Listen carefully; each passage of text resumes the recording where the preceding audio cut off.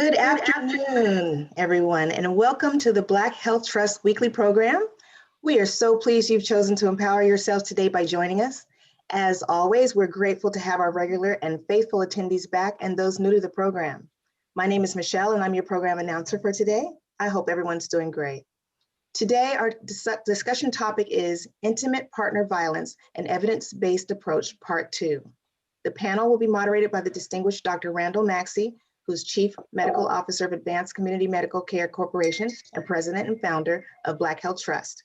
Dr. Maxey will introduce his awesome co-moderators, Dr. Barbara Neighbert-Stevens and Dr. Ivan Walks, who will also introduce our guest panel today.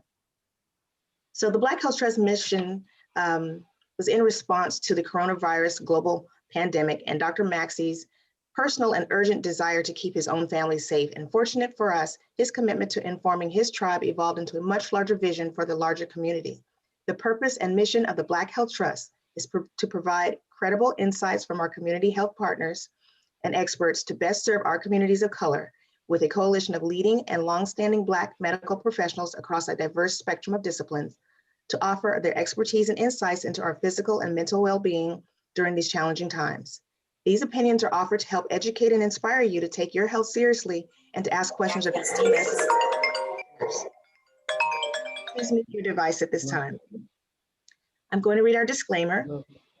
Please note that the information communicated on this program is not intended or deemed to be medical or legal advice to you, and you should always consult your own medical or legal professional for advice and direction pertaining to your particular situation and needs. The information presented here is not advice, but rather opinions and recommendations from credible sources. Black Health Trust, its representatives, members, employees, attendees, heirs, assigns, and guest speakers and presenters assume no liability whatsoever in connection with the information presented or used by anyone here or third parties, nor are these discussions directed to specific situations.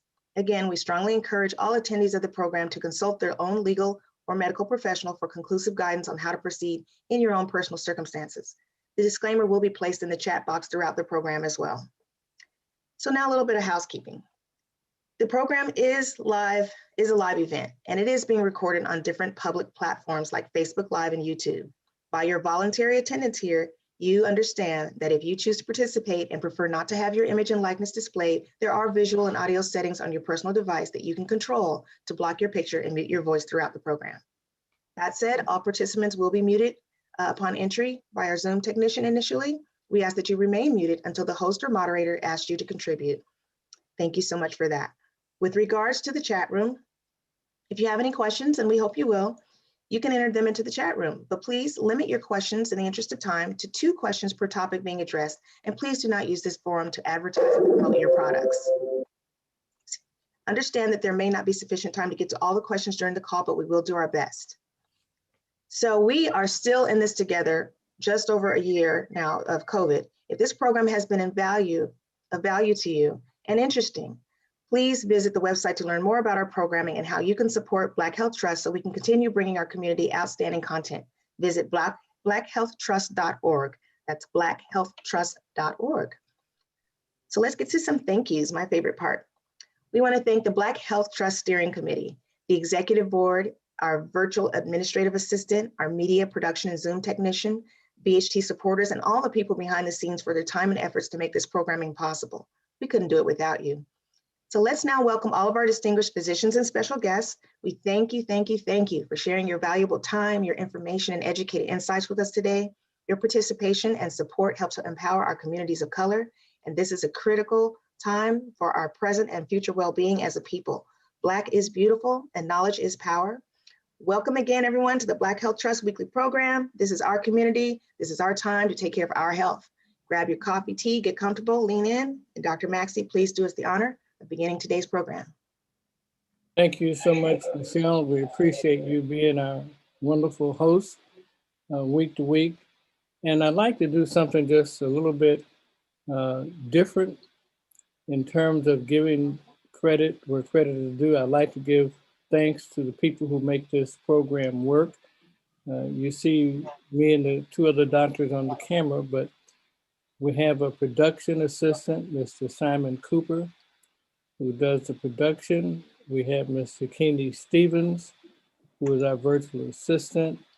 we have Mr. Skylar Maxey, who is our graphic artist. We also rarely mention our steering committee. We have Dr. Lamont Gibson, Ms. Judy Maxey, Ms. Tori Bailey.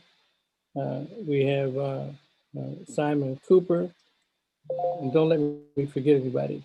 And we have Linda Bright on that committee. And we meet almost every week or every 2 weeks, and we have a large medical advisory committee, and we have a board of directors that I won't mention today. So there's a lot of moving parts to this. And I'd like to begin the program by saying that there are a lot of events going on in the country regarding COVID, regarding health disparities, and regarding the things that threaten the health of communities of color in general. I think today's topic is very relevant because many of us are locked up at home, increased exposure in an abnormal way to our families and our loved ones, and there are issues that need to be addressed. So I'd like to start off with a quick review, just so people will know the resources we have. If Ms. Stevens, Yukini, would briefly just share your screen on the website before we get to our program.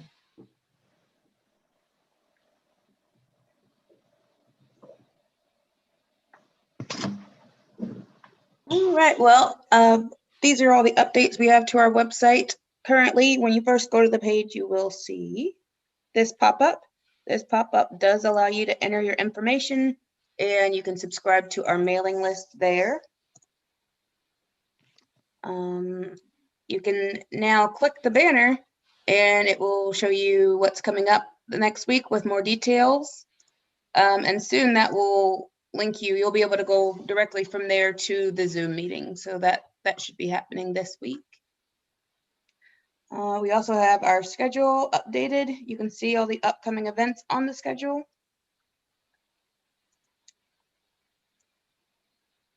We have all of our past Zooms archived, so you can always go back and reference them. We also have a search, so you can search by topic or date if there's something you wanted to hear what Black Health Trust had to say about. We have an experts tab where we have our medical advisory group listed. We also have a space now to list all of our guest speakers.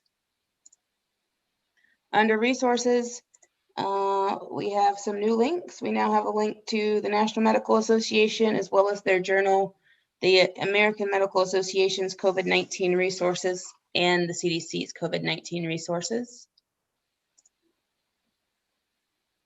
Our donate tab allows you to easily donate to Black Health Trust should you choose to do so. And you can also register to become a member of Black Health Trust. I just ask you for a little information, but that will keep you up to date on any changes that happen within Black Health Trust. Thank you so much. I'm going to ask Dr. Barbara Neighbor, my esteemed co-moderator, who I've known since she was 15 years old, which is about 2 weeks ago. And she and my other associate, Dr. Ivan Walks, esteemed psychiatrist and former commissioner of health in DC. We're going to go through our statistics. I'd like Dr. Walks to simply give a statement that we talked about. And Dr. Ron Bailey's internet is out, so we're going to need to introduce his panel and subject. So Dr. Bailey has been able to fight the battle of technology and win. He's with us. He's back in black. Okay, all right, very good. Dr. Stevens, you're on. Good afternoon, everyone. Thank you so much for this opportunity to join you this afternoon and share with you some information regarding our COVID-19 statistics and to enjoy the wisdom and information that will be shared by our expert panel shortly. You may have heard that we are in a fourth surge. I think that you will see the evidence of that in the data today, which as always is collected from the CDC the day before. As of yesterday, there were 31,382,266 cases of COVID in the United States, with the new daily total yesterday of 76,629. Those of you who are regularly joining us can recall just 4 weeks ago, the number had dropped down to about 7,000, and we've already blown up to 76,629. The total US deaths are registered at 563,216, and the daily deaths yesterday were reported to be 901. Our total vaccine doses administered as of yesterday were 129,494,179. Next slide, please. For the information that could be collected regarding race and ethnicity, we have been monitoring the percentage of vaccines that have been administered in Black non-Hispanic, which is still at around 10%. We've been hovering around that number consistently for the last weeks. And that does it for our statistics today. I will turn it over to Dr. Walks. Good afternoon, everyone. I wanted to make a brief statement, or rather a report actually, on a meeting that we had last Friday. The vaccine subcommittee of the Black Health Trust, which I chair, got together to speak particularly about the pause in the Johnson & Johnson vaccine and what that meant for us as trusted advisors to the public about the COVID-19 vaccines. I see some of our vaccine subcommittee are on the call today. Essentially, where we are is in a good place. What we know is that people are looking and people are paying attention. We found this out early when the initial vaccines were given emergency authorization, and folks said, well, some people are having allergic reactions. So things were set up. When you go for your vaccine, they ask you to sit for a while. They have somebody there who can monitor for any allergic reactions. They have kits there for you to use. And that's been the theme of this as it has rolled out. There's been a response to whatever's going on that people get concerned about. So what happened? Johnson & Johnson vaccine was associated with, and I say that carefully because they're still exploring and looking to be certain about exactly what the connection is and if it's causative, right? So the vaccine use has been paused, and it's been paused so that doctors can understand exactly what to do when folks think they have an issue. And so the people who may have gotten Johnson & Johnson can know exactly what to do. And because the vaccine subcommittee that advises the CDC has decided to wait on issuing a statement about the vaccine until they get more information, we're waiting to make a statement about the vaccine until we get more information. Not only because that's what they're doing, but because that's what makes sense. The vaccine is an emergency use vaccine, which means it's supposed to be only given by government authorization, and the government right now has paused it. So it's not being used by the states and the counties. To be perfectly clear about this, there are some folks that already have the vaccine that are continuing to administer it, but there's a concern about their liability by doing that because the official position of this government authorized emergency use only vaccine is that the vaccine use should be paused. So what is our way forward right now? What are we supposed to be doing? Let's say you just got your Johnson & Johnson vaccine and you're concerned because now the government is saying that they don't want to use it right now. Well, there is a clotting concern, and we know that from the news, a lot of folks don't know that COVID-19 itself is pretty good about giving people clotting disorders and causing some serious health issues. So there's a lot of talk, well, why did you pause the vaccine? COVID is way worse. Well, we have other vaccines that have not been paused that are being given and used effectively, and those vaccines continue to be available. While we're pausing, what do? I just got the vaccine. What am I supposed to do? Well, if you have gotten the vaccine, you're supposed to look for certain symptoms. And I want folks to really pay attention to this because a lot of our audience are not doctors and not scientists. So I try to speak plainly because that's how I understand things, is pretty plainly. If you develop a severe headache, abdominal pain, leg pain, or shortness of breath, and it's within that a little bit less than a week to a little bit more than a couple of weeks after you've had your shot, you should see your doctor. What should the doctor ask? Because people are being told, yeah, you might get a headache the next day or two after the vaccine. How do I know if it's my regular headache or this is a headache I should be concerned about? And there's really a question to ask folks. And the question is this like headaches you've had before, or is this a headache like you've never had before? That's a pretty simple way of asking about the headaches and asking about whether that headache should drive you to go see your doctor.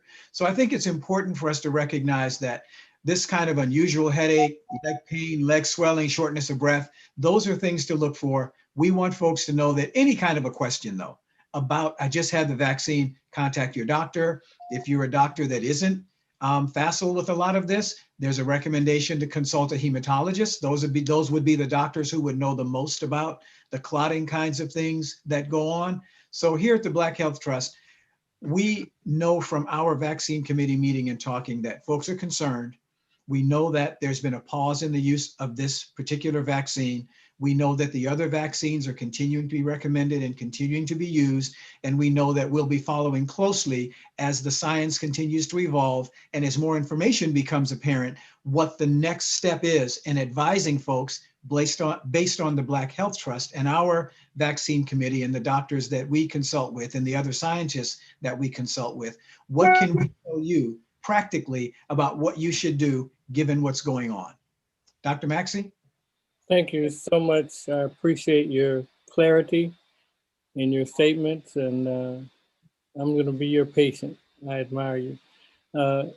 Dr. Nabor-Stevens, Dr. Ron Bailey is on. If you do us the honor of introducing him and his panel, we can get started with our subject today. Certainly. I am happy to present again Dr. Ron Bailey, who is presenting the second part of a series that started last month. He served as the 113th president of the National Medical Association and has served as the Assistant Dean of Clinical Education at Drew University School of Medicine and is the Chief Medical Officer of the Kedron Health Systems. He has received multiple awards and is completed his residency training at the University of Texas, Houston. And he, as many of us know, has had an outstanding career in the field of psychiatry. So without further ado, I will turn it over to Dr. Bailey. Well, thank you very much, Barbara, and all of the group. I really appreciate the opportunity to come for our second, what's going to be a three-part series discussing important violence. Certainly huge kudos to Dr. Maxey for this wonderful platform of Black Health Trust and all of your support. I'll try to get right to the point because we have a lot of good information for you guys today, but goes without saying, what an honor it is to have an opportunity to really share a stage with my boss, the Dean of Medicine at CDU, Deborah Proto-Stith, really a true leader nationally for the entirety of my career, actually, in the issue of violence. So as she and Drs. Williams and Mitchell all shared in writing chapters in the book that we'll discuss today, really an honor to have this really esteemed panel and to join them. I would like to make a couple comments about what Kedron Hospital, however, has done on a J&J issue, as Rhonda Maxey and I discussed earlier, because it is important, I think, for us to kind of get ahead of the narrative that we have, as an inner city hospital, have been very interested and involved in ensuring we provide the highest quality of care for all the individuals who come to us. So it's our responsibility to know what the state and federal guidelines are and to follow them. And I want to share everybody on this platform that we have done so. We immediately upon the information to hold the J&J, held it for all persons who receive the vaccine from us on site at 4211 South Avalon and in our mobile unit. And it's important, I think, for our community to hear that message and recognize that we take this responsibility very seriously. I think Dr. Maxey will give me a chance to make that point very, very directly, especially seeing, as I think Ivan pointed out, that these are concerns that may particularly be to our community pre-COVID-19 concerns. And Mallory Williams, who wrote this chapter, will probably talk about that at more length. But basically, the introduction will be very, very brief. We're going to start with Dr. Stith, with her history, I think, in issues regarding violence, with a focus, I think, on women's health, particularly. I'm going to speak secondly about issues regarding gun violence. I wrote a book on that issue, and there's a lot of covariant concerns between gun violence and IPV, especially in the Black community. We have the new chairman of pathology at Howard University, our good friend, and the chair of the NMA's task force on violence, Roger Mitchell, speak about issues regarding law enforcement and the military. And I think our cleanup hitter today will be Dr. Mallory Williams, who wrote 2 chapters in his book on IPV. The most important one today, of course, being the chapter on IPV and COVID-19. Looking really forward to getting started. And we really want to encourage question and answer. Really a lot of overlap, I think, in these 2 key theme issues, I think, in our community today. I'll begin with Dr. Stith. We need to unmute Dr. Stith, please. I'm actually writing a song called Unmute Yourself. Sorry about that. So good afternoon, everyone. First of all, I want to thank Dr. Maxey, the host, and Black Health Trust for this opportunity, and also recognize Dr. Ron Bailey for his work on issues of violence and violence prevention, and for the recently published book on intimate partner violence, and also recognize the outstanding work of the others on this panel. I just want to spend a few minutes setting a stage for today's discussion. Needless to say, this issue of intimate partner violence is an international issue. It cuts across race, class, nationality, geography. It has been around for centuries. In the United States in the 70s, with the women's rights movement, there was not only greater awareness, but actual efforts to pilot responses and to understand better and to strategically prevent IPV. And in 1994, we had the federal legislation, the Violence Against Women's Act, which really set the stage for appreciating that at the governmental level, federal and state and local, and at the research level, there was tremendous responsibility, and that healthcare in particular had to step up, as it had been part of the problem, I would say, in just ignoring and not responding to this issue. So the Violence Against Women Act was really a giant step forward toward not just prevention, but cultural change, which is really what is at the foundation of preventing this problem, not just responding to it. Despite those fairly tremendous strides forward, there are groups, women of color, people from the LGBTQ community, and others who just haven't had the same benefit. And obviously, we'll hear more about the impact of COVID and the need to be at home and how that has affected this problem. So we've had a few steps backwards. In 2018, the Department of Justice actually took what was a major step backwards by defining domestic violence as only physical violence. And of course, a lot of work and a lot of effort over the prior years had gone into understanding the power and control issues, understanding the fear, even in the absence of physical injury, really understanding that threats and intimidation and stalking and coercive behavior and psychological abuse, all of these things, social isolation, are a part of the picture. So we have some work to do because now we are in a position both at the federal level and because of all we've learned over the decades to take a few more giant steps forward. So this is an important opportunity to share the latest information. And again, I applaud Dr. Bailey on the book and getting us together to do this. I want to share 3 stories in order to end my part of the introduction here. The first is of a former patient of mine. I was walking down the street on Huntington Avenue in Boston one day, and a woman in a security guard uniform came up to me and said, "Doctor, you took care of me when I used to go to the Harvard Street Health Center."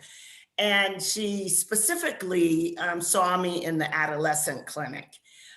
So she was a teenager when I saw her, and now was a woman probably in her late 20s, early 30s. She actually had 2 children when I took care of her. And once she reminded me, I remembered her. And I remembered being very concerned about her because of the intimate partner violence that she had reported to me. She said to me, "You know, I don't think you ever thought I was going to leave that situation. I don't think you believed that I would leave. But I want you to know that I've left, my children are fine, and I'm working now as a security guard." And I had to smile a little bit because she was probably right. And I think some of that I really, felt the futility that we sometimes feel confronting patients in that situation. We are left to enable them to make the decision, and we understand that they are the ones to make the decision about leaving and when and how, and we understand the danger of that decision. And sometimes we just have to be satisfied saying, "I'm really worried about you. This is a problem that generally does not get better, and probably could get worse. Your life could be threatened, and I'm worried about that." And as a physician, as a caregiver, that doesn't feel like enough. That doesn't feel like we've really intervened. But sometimes that's all we can do. And the good news in my story is that, in fact, even though she thought I didn't believe she was going to leave, our conversation certainly didn't keep her from leaving and probably helped her with the resources that I was able to provide. But this is a difficult issue.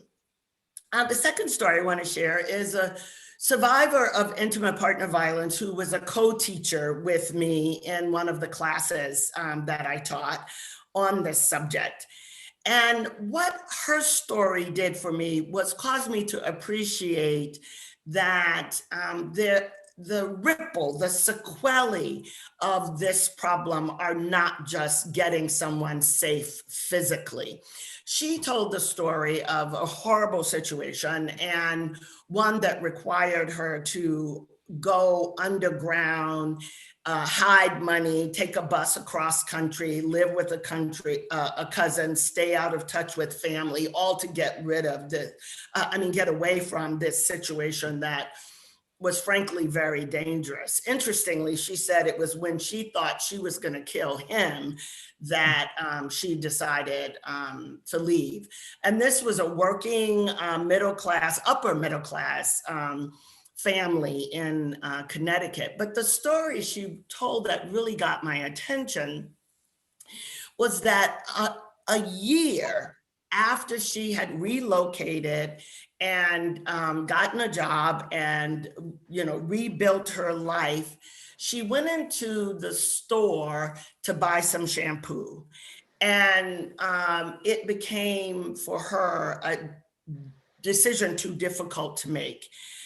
She found it impossible to choose shampoo. And it was just the concrete manifestation of how much she had been intimidated and made to feel that she couldn't make decisions that were good, that she was not competent. And, she reported leaving the store feeling, very, very badly, but reflecting back on how she got into that situation.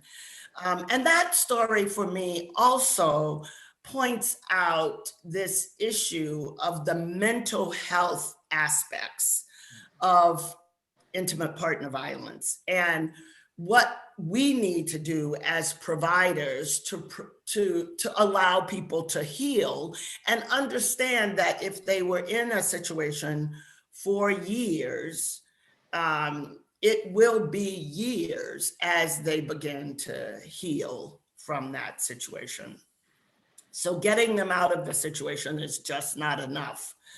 The last story I want to tell actually is a good segue into Dr. Bailey's presentation here.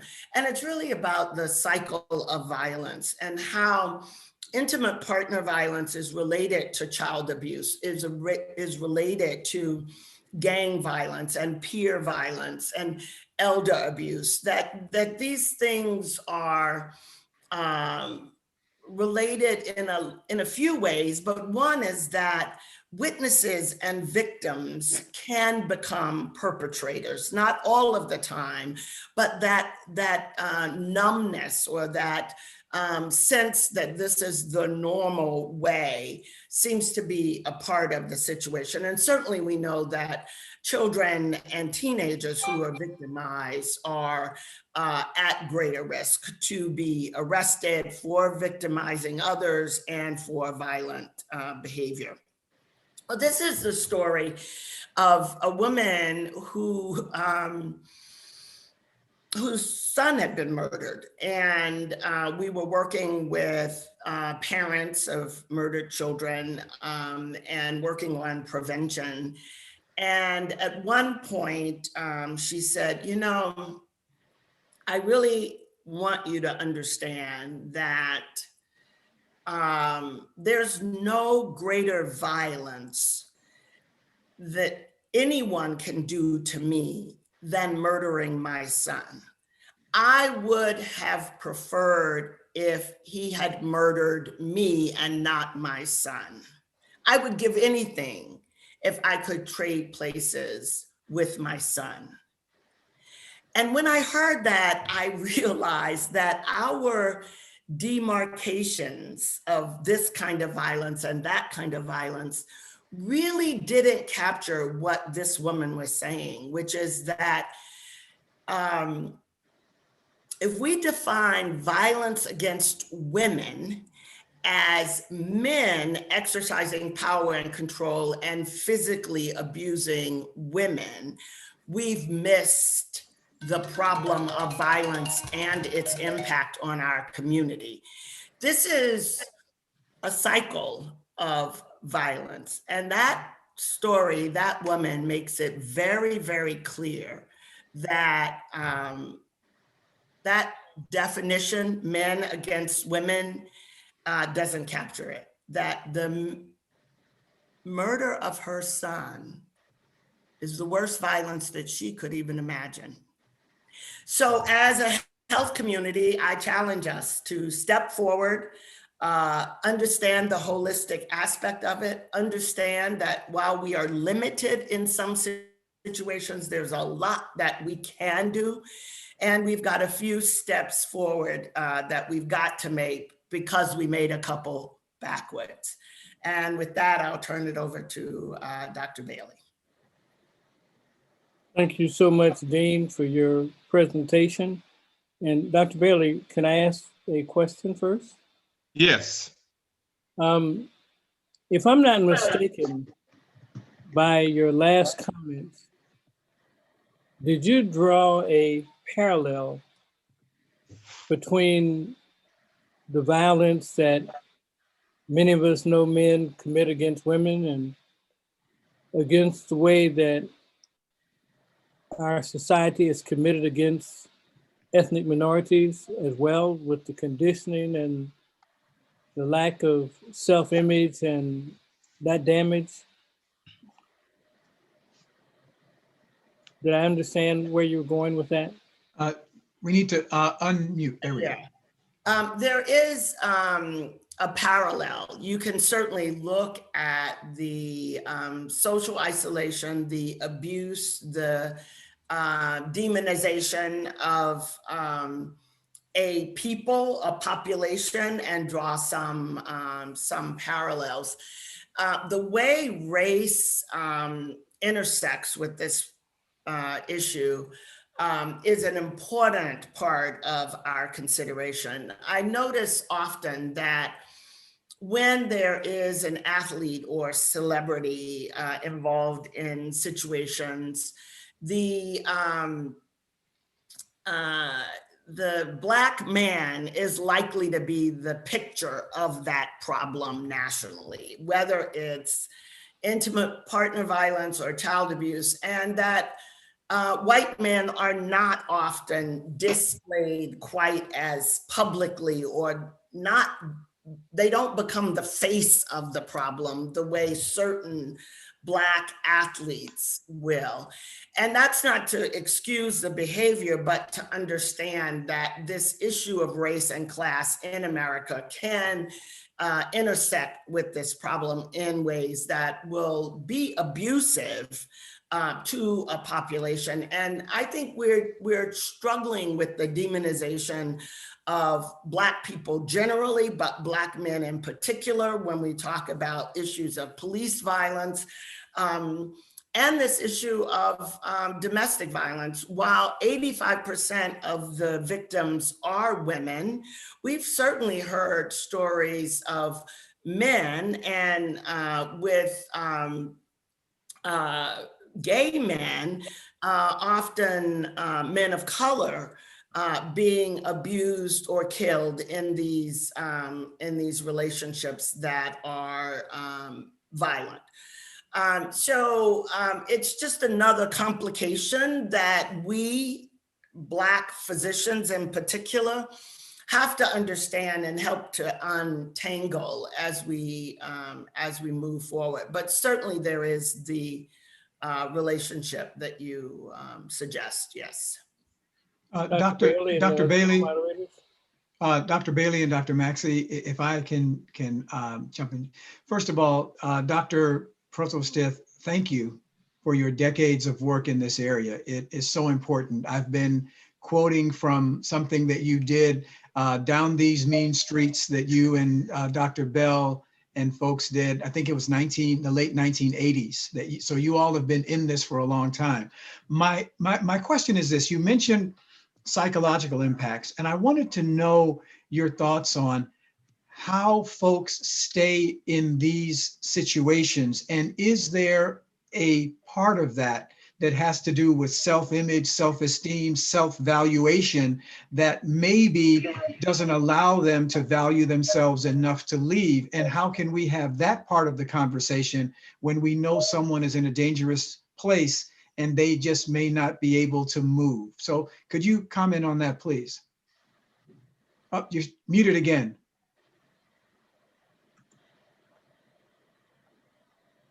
So I think that that psychological aspect of the abuse certainly includes fear, just straight up fear.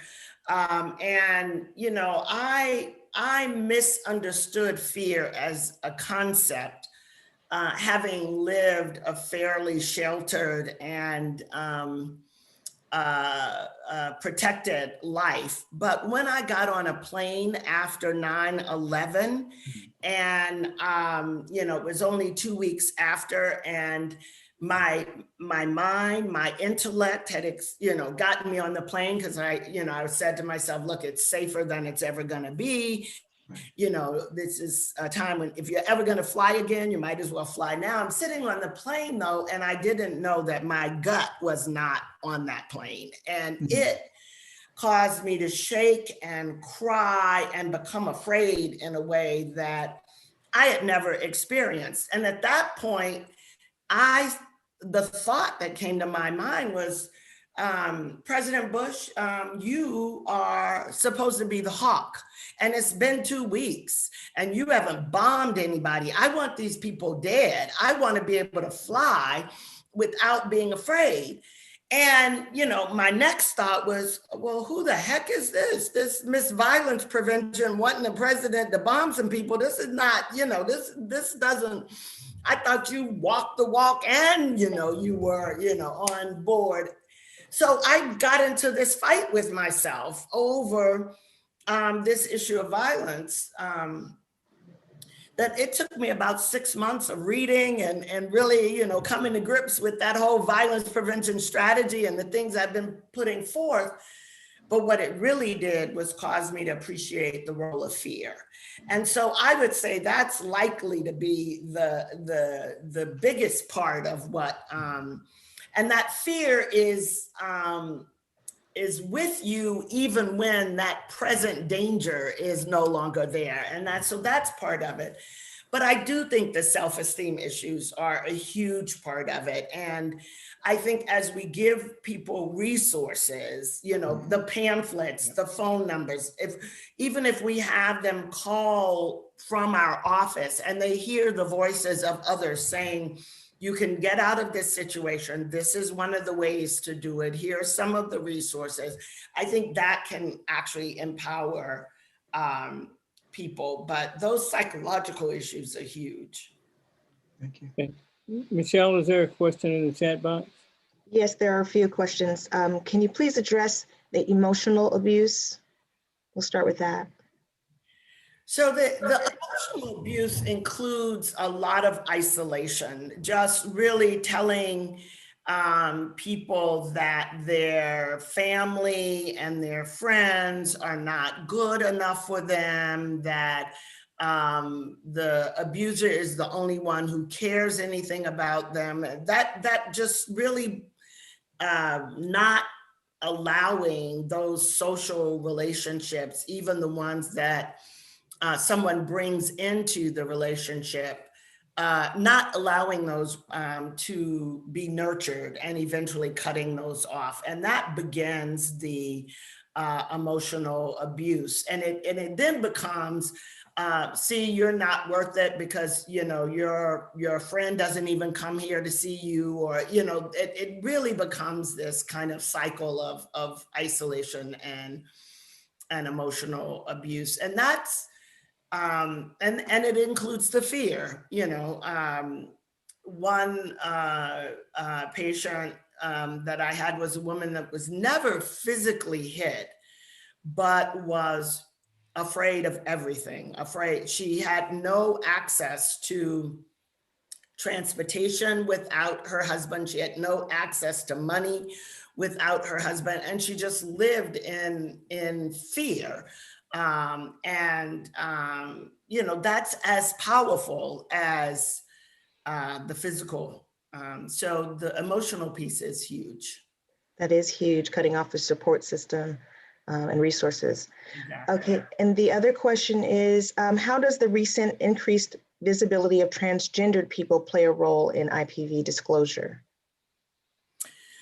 So that is something we are learning more and more about as we are more visibly recognizing and taking care of transgender people in the healthcare system. But the book by Greg Louganis, the Olympic gold medal diver, called Breaking the Surface. He is a gay man, and he talked about the abuse in his relationship. And for those of us in the violence prevention world, that book made it very clear that this is not gender-based in the sense of contained to men and women, that it is a powerful, it's a power and control mechanism in any relationship, whether it is to men, to women, transgender, cisgender.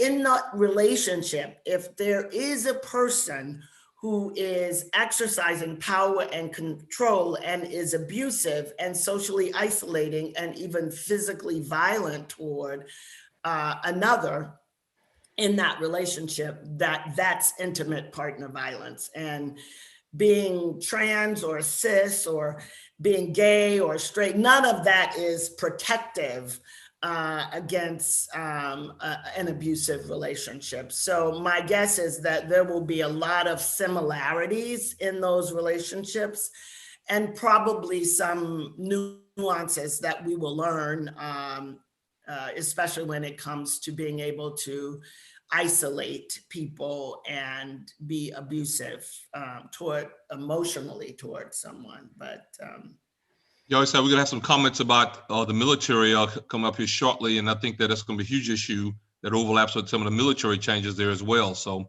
really some timely items, I think, in that regard. Really excellent questions, I think, in the chat today for sure. And thank you, Doctor. We're ready to move on. Great. So thanks for the slides. As the slides come up, I'll just mention that I've been giving this gun violence lecture now going back to January of 17.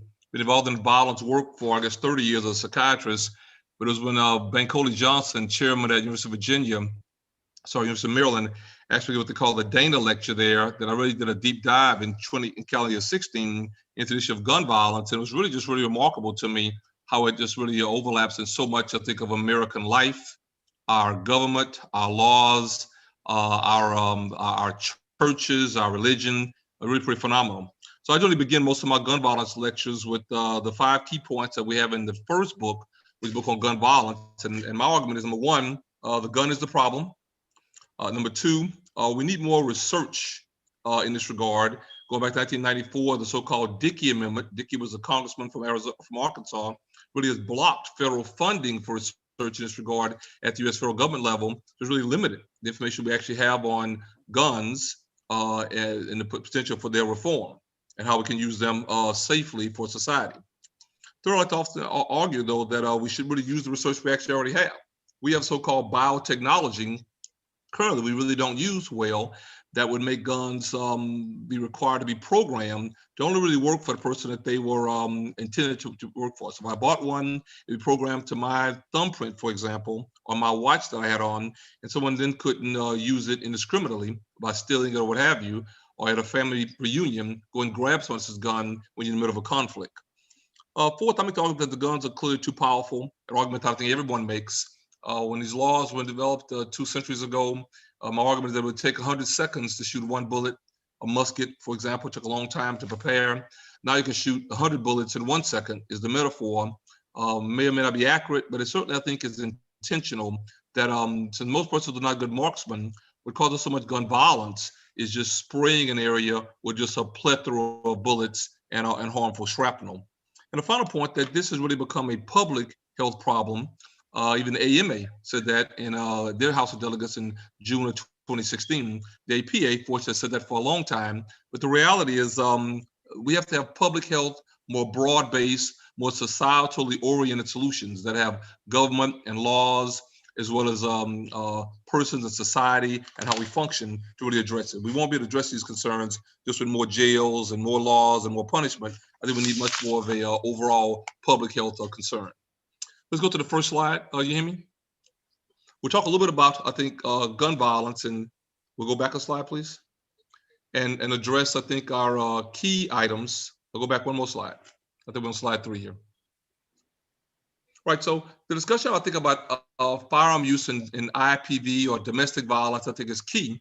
I think few people realize that probably in these settings where there's dynamic interpersonal relationships, do we use more guns than other settings? We tend to think of the person who has a gun being the bad guy that's going to break into your house, try to rob you. So you have to have a gun to protect yourself.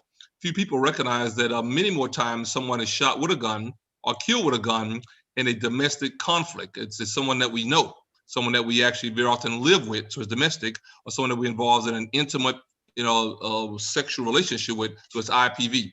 So homicide in these settings are much more interpersonal. That's why I think the psychiatry issue that comes into play is, what are we thinking that we use the most harsh forms of retribution and violence against people that we actually know?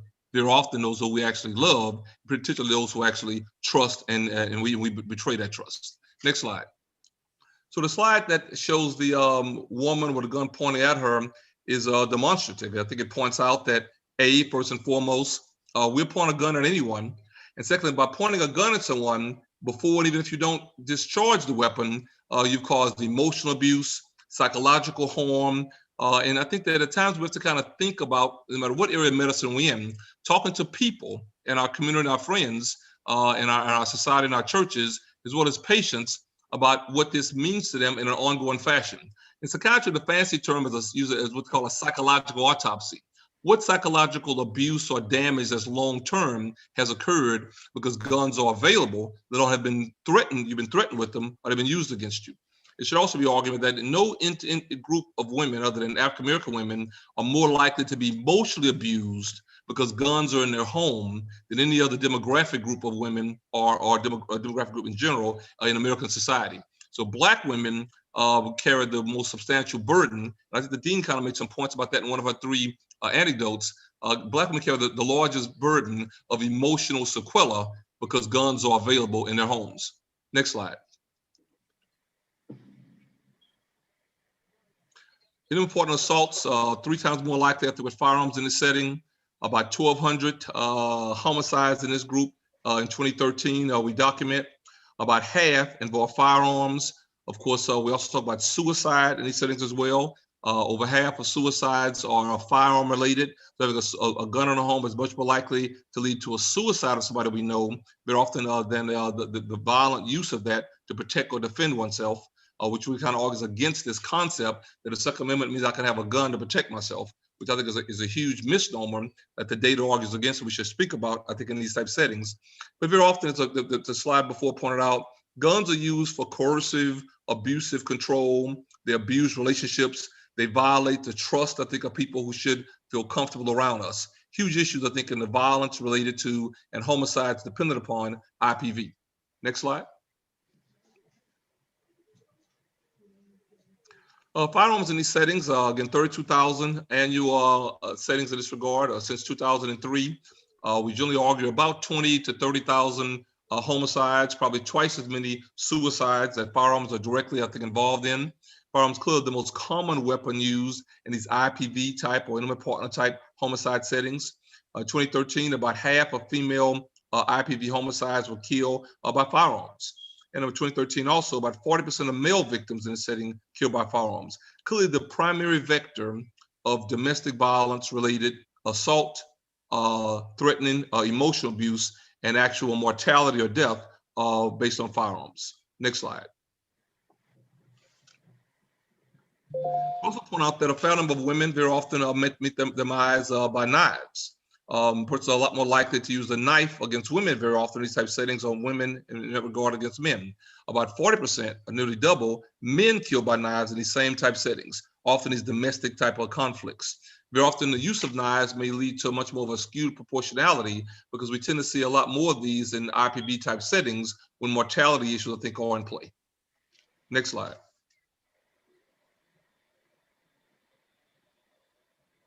We've seen a decrease though in IPV homicides over this 20-year period in various settings. We do see long-term declines in marriage rates. We're seeing increasing age in some settings for first marriage that can have a problem or a role to play, I think, in this setting. People getting married at this different age than before. We also see decreased economic dependence, when we would argue, by women. That actually may change the dependence and increase the likelihood that woman may be very often able to live independently, work her own job, care for her own kids, as the earlier anecdote acknowledged. These can be some reasons why we might see a decreasing trend of homicides in IPV type settings. And we should actually, I think, understand this and use it, I think, to our advantage as treating clinicians to help patients understand what some of their strategies can be for a reprieve of these settings, and to decrease, I think, those all concerns and decrease their risk. I point out here that increased availability of services of victims can also play a role. So we believe in and use access to wraparound services, hotlines that give a person a place to go and live independently without actually giving away their address or where they're going to be. These are some strategies that can be helpful in decreasing overall homicide rates in this particular setting of IPV type violence. Next. There are some restricting access concerns, though, through laws. Laws that limit access to guns, restraining orders, for example, or domestic violence or convictions, I think, can be key and have been addressed. There's been the Federal Gun Control Act, which has been out for some time now, address violent crime control. These attempts, metaphorically, I think, in general, and via laws that I think we actually have on the books, aim toward a gun control or gun reform process that has a potential, I think, for successful intervention. Lautenberg, who was an earlier senator in New Jersey, I think he's deceased now, in 1996 pushed through an amendment prohibiting possession of firearms in individuals who've been convicted of domestic violence. I regularly make the point in these type lectures that for all of the effort to address taking guns or restricting guns to the mentally ill, and that really, for those who are not aware, is the underpinning of much of the argument and the national language around I need my Second Amendment, it'll take my gun away. The way that really happens practically is in a psychiatric court of law, or one that I have almost every day at Kedron Hospital, a so-called 5150, or a civil commitment. When somebody's been committed, then they actually can't have access to guns going forward. But it's really a misnomer, because the three types of individuals who are most likely to use a gun in an IPV type setting are individuals who've been a victim of violent crime through guns, who have been a prior perpetrator of violent crimes through guns, and individuals who have alcohol SUD disorders, abuse or dependence. In none of the 50 states are there any laws that prohibit or restrict access to guns by the three groups that demographically the empirical data shows are most likely to use a gun in an IPV type setting. Again, alcoholics, those who have been a victim of gun violence, and those who have been perpetrators of gun violence. So really our laws do not at all tie to the research-based data that I think in the psychiatric literature points out who we really should be afraid of. So this misconnection is problematic. I tend to think cynically that some groups want there to be a misconnection, because we can't then get on the right track of engaging in the kinds of activities, creating laws and a public policy that through a various form of effective gun control regulation can make our society much safer. Periodically, there'll be a really big event. I don't mean to make light of them, but there are so many now, it's hard to keep up. We had one in Denver recently. We think about Trayvon Martin. We think about the shooting in El Paso of Hispanic persons by the person from Dallas. The big one in Charleston, South Carolina, when it was Dallin Roof, went in and shot 9 persons in church during a prayer service. And very often after one of those most unfortunate and tragic events and horrible killings, there's a clamor for energy and effort to do something about it. These are the data points that we know about now that could actually create some effective change. And in my opinion, as a psychiatrist, been involved in this for 30 years now, could actually work. But the resistance and the barriers to the effective use of the data to move policy in an empirically based fashion, I would argue has essentially been much of the problem. Next slide.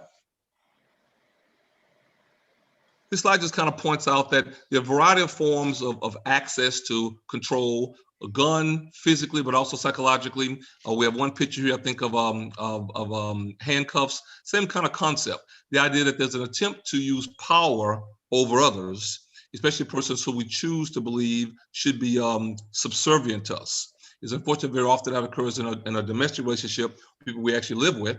For all of the IPV concerns of an intimate partner relationship with a wife or a girlfriend or a husband or boyfriend, also elders may experience this at times, and teens as well. So we should think about these concerns. I'll put this slide and remind me to tell each of you that you should always ask, like a vital sign, as part of any assessment, are there weapons available? Are there guns or other aspects of behavioral control in the home?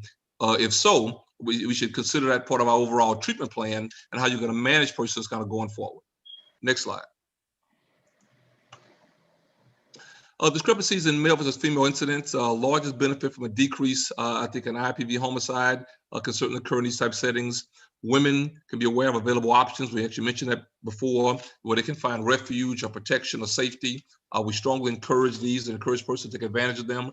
Often in my career, a woman will say in these settings that, well, I can't go, or he'll find me, or they'll know. So this issue of fear comes into play, and often is a remarkable rate limiting factor for persons to move from a position of risk to a position of safety. We, though, as professionals and clinical clinicians, should be pretty adamant and effective in our actions to move persons away from a position that's not safe. I like to often say, and I say it tongue in cheek, love my grandmother dearly. My grandmother's in heaven now, but she didn't go to college, let alone med school and to residency. And I often will say, and she and I would talk about it as well, so I don't want to be disrespectful, but by the time somebody comes to you and waited, and then they've done a bad event, they've hurt somebody, they've hit somebody, they shot somebody, then even my grandmother knows it's time to move. The role of the clinician, especially the psychiatric clinician, and many of us practice some form of behavioral health in our overall practice, is to make that intervention earlier and to be demonstrative and effective about it and aggressive about it, so the person will be effectively moved away from a position that's unsafe to a position that's actually much more safe. I think I end here by saying that the homicides by females, I said over time, may have decreased, but by males may have actually increased. So discrepancies do change or do vary, and we actually end by saying the best predictor of IPV homicides was previous IPV. So a history of violence, even sub-mortal violence or sub-aggressive violence, may very often lead toward over a period of time, toward more progressive acts of violence. They may begin verbal, they move toward light touching and pinching and pushing. They may move then toward creating bumps and bruises. We should be very aware that these actually rarely end on their own and lead toward more unfortunate forms of severe in-item violence. Next slide.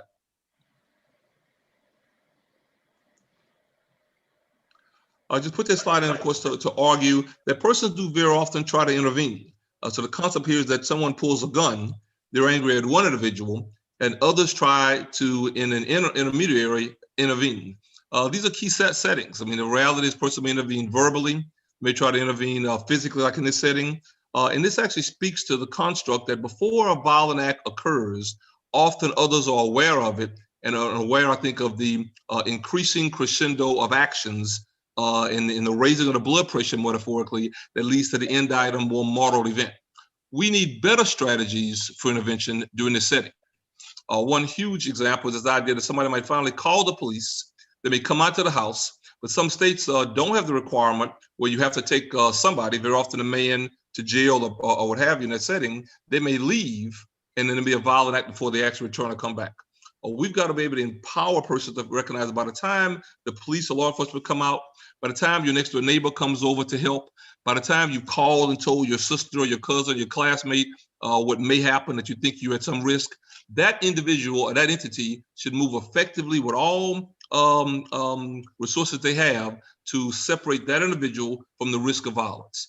IPV very often occurs in settings where third party is very much aware before the in-item violence occurs, we should make sure we have a national education campaign so that everyone's aware of their need and in regard their responsibility to intervene in a way that actually separates those two individuals and increase the risk, the likelihood of safety for the person, very often a woman, who's at risk. Next slide. So I end by saying that IPV threats are made more grave and much more problematic when firearms are involved. I think I started by saying that of my 5 key theme points in my career on the issue of gun violence, the gun is the problem.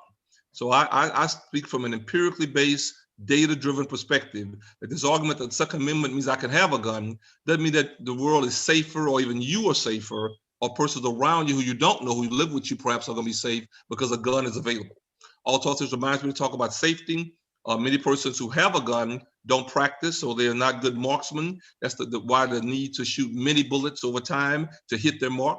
Most people don't die. It's not mortal with one gunshot wound unless it's a rifle at a close distance. Generally, it's the need to hit with several bullets over time that causes the problem. Second, mere ownership of firearms can be a risk factor, especially for Black women and IPV homicide. I can't have a Black woman patient and not tell her if there's a gun in the home, you're the individual most likely to be on the wrong end of its discharge, not the other way around. Those are just the facts. Third, women more alternatives than homicide in abusive relationships. There are other things that they can do. They should not feel like they have to stay and be recipients of the end-out violence that is either him or me. There are other strategies that we can employ, and we need to do so. I used the term earlier, psychological autopsy. We encourage people to do this, is to think about what emotional barriers and stressors they're having over time. Again, I like Dean Stith's analogy earlier in her anecdote. The woman who said, finally, I'm away, I'm working, and my children are safe, spoke to 3 huge issues that all I think can be prodromal factors or areas that may push somebody, make the change they need to make, I think, in advance for better overall determination that limits risk. And my final point, men can be witness to the reduction of rate of IPV homicide when we engage in these strategies, I think, in an effective fashion in advance. I'll stop now, take any questions. If not, we'll move on and take questions at the end. But I do thank you very much for your time and our tip to discuss issues regarding gun violence. I always end with the same 5 points. 1, the gun is the problem. 2, we need more research, not less, to understand why gun reform can occur in a way that's effective, I think, for all American citizens. 3, we need to use the research that we already have. We need to use biotechnology, so guns will only be discharged by the person who actually bought them. It cannot be then the effort on the black market or stealing them over time. 4th, guns are too powerful. People just don't need access to militarized weapons in a civil society. And next is a public health problem. We need a broad-based, nationally oriented public health approach addressing all institutions concurrently to address this problem to decrease the scourge of gun violence in America, especially in IPV. Thank you very much. Thank you, Dr. Bailey. That was extremely astute, as was the lecture by the Dean. Appreciate that. We're off to a great start. Michelle, are there any questions in the chat? You want to bring up one before we continue? Sure, thank you. And thank you, Dr. Maxey and Dr. Bailey. Regarding IPV in the African-American community, what role does the systemic oppression that our people have faced with consequences of economic deprivation, poor training in relationship building, et cetera, are those contributing factors? How are they contributing factors to IPV? Yeah, and I'll be brief. I think Roger mentioned some of these issues as well. I think clearly the rubric of the American society's systemic oppression against Black people have a huge role to play in this discussion in our community. And I'll say 4 things. First and foremost, when you feel vulnerable, we spoke about fear earlier, one may tend to over-respond to what you need to respond in a normative way. So I want to get a bigger gun if you got a regular size gun, because I think that I'm not likely to defend myself with the same size gun, a smaller gun, or no gun at all. So then there's this arms race to be more armed than the earlier person. I've always argued that somebody shoots you with a gun and you're down and out, it doesn't matter what size gun you tend to have, the person who shot first has the huge advantage. The second issue, though, I think, is that we then, when we have a gun, the data shows, as a Thornburg study that I didn't mention earlier, that you tend to use other strategies less commonly. Ivan Walks is right there. He said I was his friend earlier, and I think he is my friend. But if he and I got into a conflict, studies show the way I talk to him, the language I use. I'm a Texas guy, I talk loud, so I should probably moderate my voice and lower and decrease and talk slower.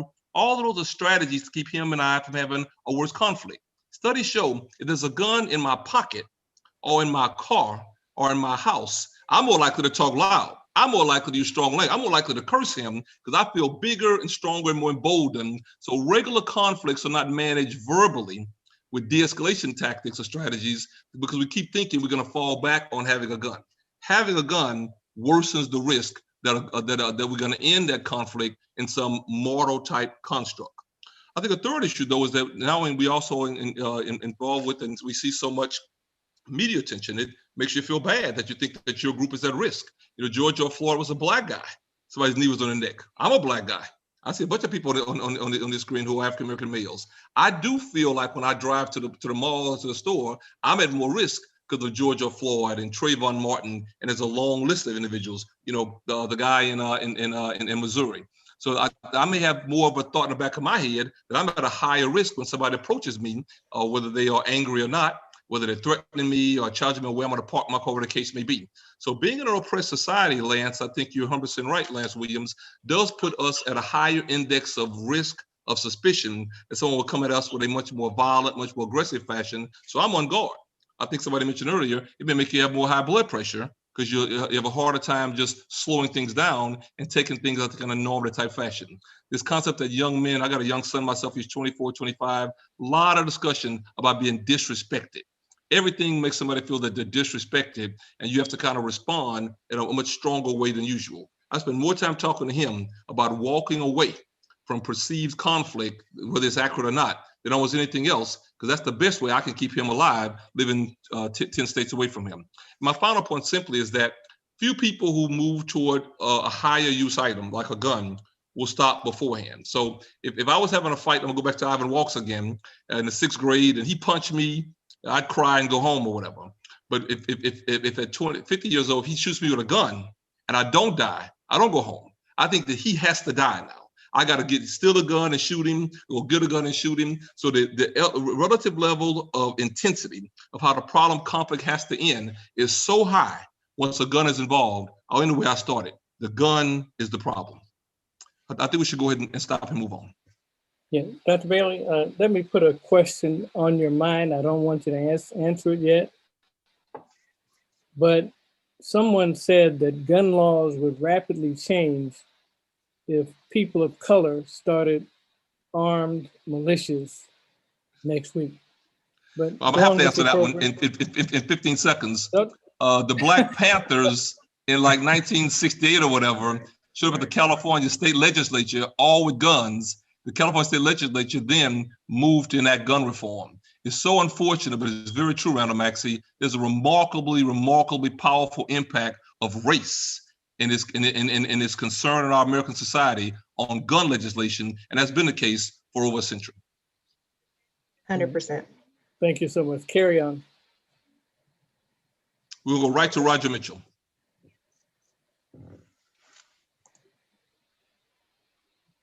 Good afternoon, everyone, and again, thank you, the Black Health Trust. We can bring the slides up.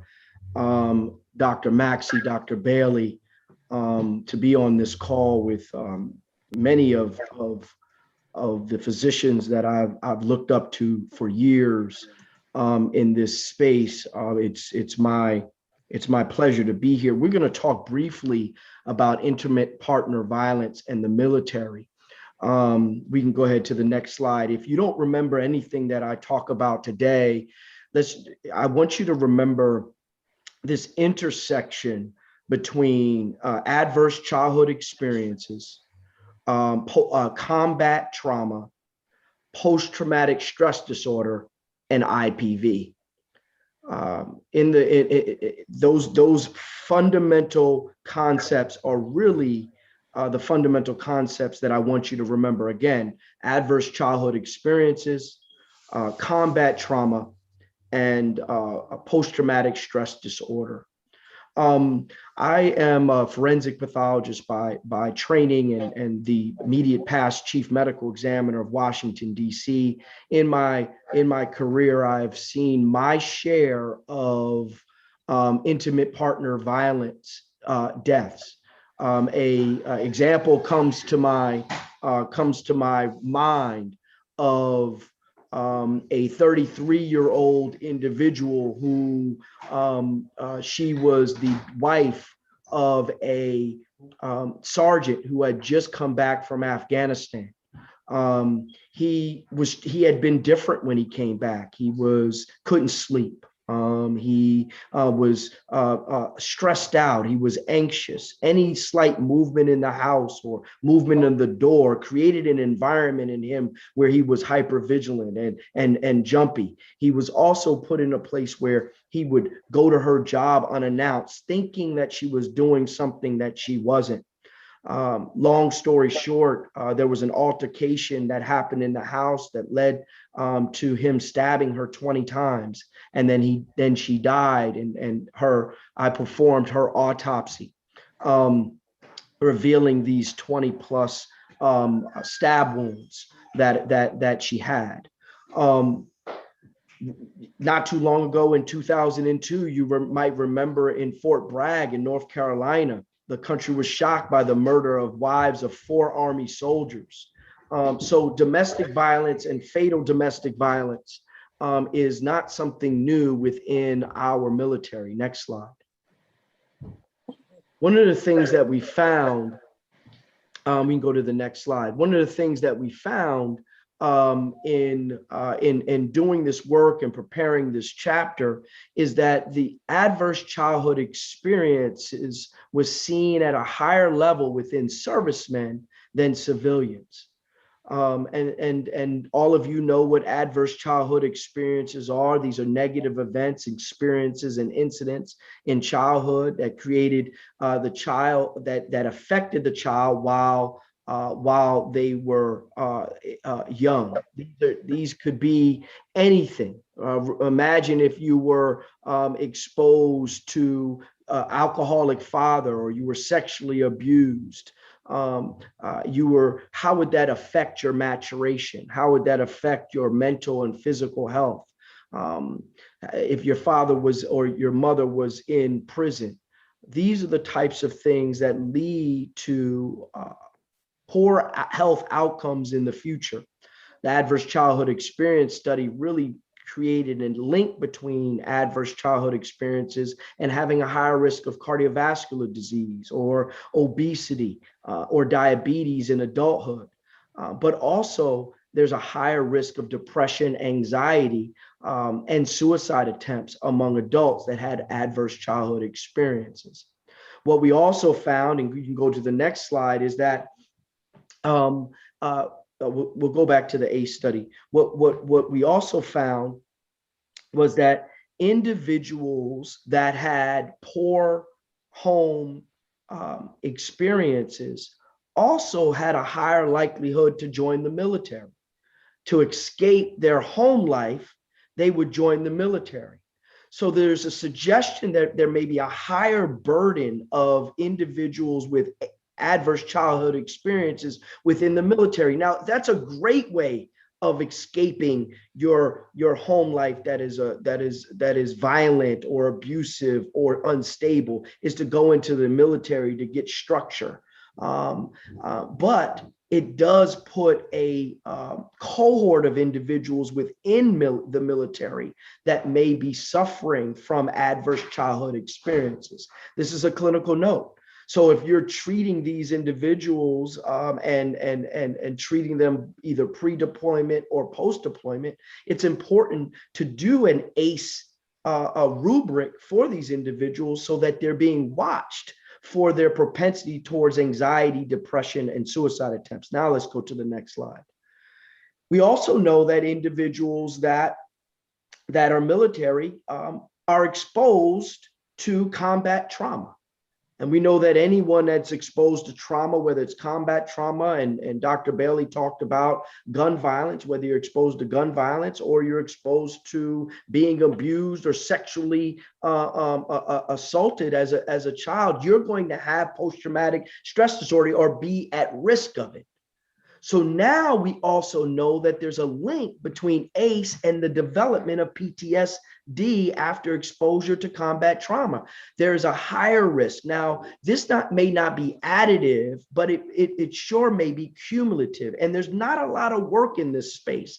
Only found a couple of articles that talked about ACE being a propensity towards PTSD. But if those of you that understand this continuum can imagine, that is extremely important to make the link between individuals that had ACE and their development of PTSD. Now let's go to the next. So next slide. So PTSD, it creates an environment where they're fearful and there are a lot of anxiety and other emotional issues that lead to them acting out on their PTSD. This is important because now you have an individual that has ACE, you have PTSD, and we know that individuals that are suffering from PTSD have a higher risk of intimate partner violence. This is important. A lot of what we talk about when we talk about intimate partner violence is the victim. We talk about the victim and how to serve the victim and how to get the victim out of the conditions that lead to their assault. But we don't spend a lot of time talking about the perpetrator and what the perpetrator had felt or what led to the perpetrator being a perpetrator. You've heard the old adage is that hurt people hurt people. Well, indeed, this is an example of hurt people hurting people. And the military is just one environment that may lead to a higher propensity towards IPV. A lot of our military, they actually go on to be law enforcement. And those law enforcement officers now are even exposed to more stress. So they may be adverse. I have a good friend. He left his father because he was being abusive, went into the military, was there in the military, suffered from PTSD because he spent time in combat trauma, left Afghanistan, and then went right into NYPD. And while in NYPD, discharged his weapon 4 times, and he shot and wounded an individual at one time. He didn't kill anyone. And then he left because he was injured on a SWAT encounter. And now goes to a counselor on a regular basis because he knows his propensity towards being violent and having violent outbursts. Next slide. So IPV in the military is multifactorial. We know that the longer length of deployment, it has a greater likelihood of IPV. Next slide. And what's also important is that there's phases of where this begins, right? Even in the pre-deployment phase, there's an increase of IPV in the military of family, because the natural inclination pre-deployment is for there to be an emotional separation between the spouse and the soldier. Why? Because it allows for that deployment to go easier for both of them if they can disconnect emotionally. But that disconnection emotionally can lead to increased fights, increased altercations, increased verbal altercations between the spouse and the soldier, and therefore sets up, if they can't handle it and don't have the proper tools, can set itself up for IPV. Next slide. Next slide. And then there's the post-deployment, right? When you're coming home, that anxiety and emotional stress felt by both of them when there's a return because of the disconnect, because now we have to connect, and now we have to understand the deployment as well, both the deployment from the soldier standpoint and the deployment from the spouse that was left at home. Most people think about the deployment just as the soldier, but that spouse that was left at home also experienced that deployment. And there needs to be resources put in place for both of them to be able to reconnect that family emotionally. Next slide. There's a family advocacy program that already exists within the military that tracks all of this information, as well as resources that the military has in place to deal with both the pre-deployment and post-deployment. There are things that are still lacking in the military to support individuals that are leaving and coming home, but indeed they're tracking these increases in physical abuse that we see here in the statistics. Next slide.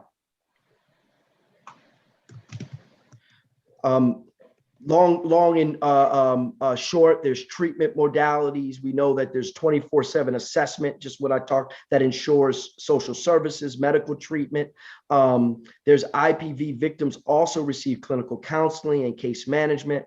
And there's an emphasis on working with the offender within the FAP program, because you can imagine there is a interest of the military to work with the offender, because that offender is a soldier, that offender is the individual that has the most connection with the larger organization. Next slide. There's also mental health services, substance abuse treatment, anger management. The commanders can mandate treatment, which in civilians it can't.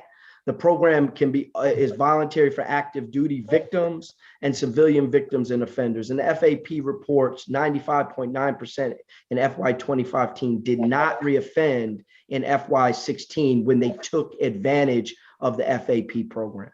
Next slide. And so that's all I have. Again, remember what I said. We're talking about individuals that had potentially had adverse childhood experiences.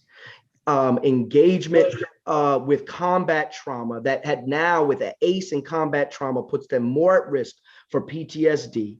And then we have pre-deployment, deployment, and post-deployment factors that lend themselves to a position where they may engage in intimate partner violence at a higher rate than the civilian counterparts. That's all I have. And thank you so much for an opportunity to present our findings today. Thank you so much, and I appreciate you being of counsel to me during the course of this year, Dr. Mitchell. Dr. Ron Bailey. Can I jump in, Dr. Bailey?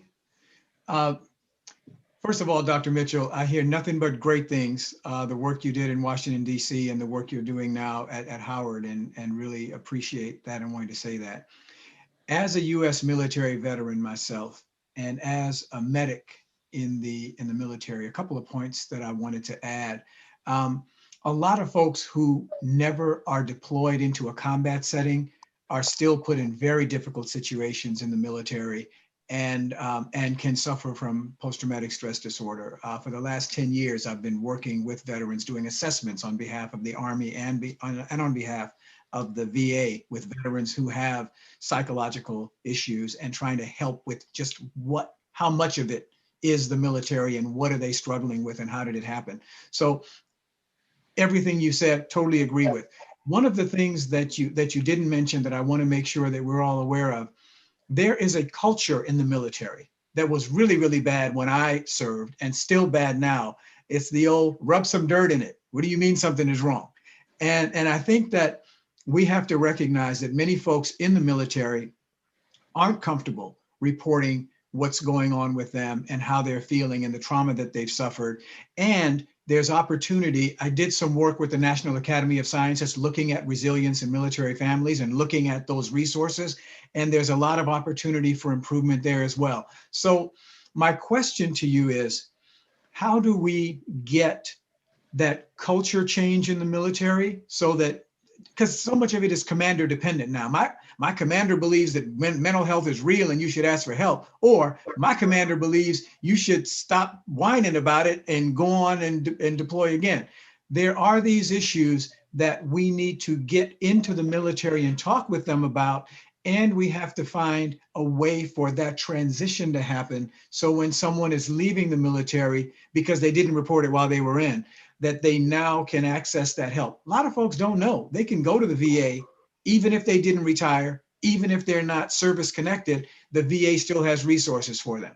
So I know that's a lot, and there's a question in there somewhere, but what you said just hits me so hard because of that background. So I apologize, but please. No, again, that's extremely important. A culture and I, you know, I have some expertise in the law enforcement side, so I'm going to the law enforcement construct in my mind.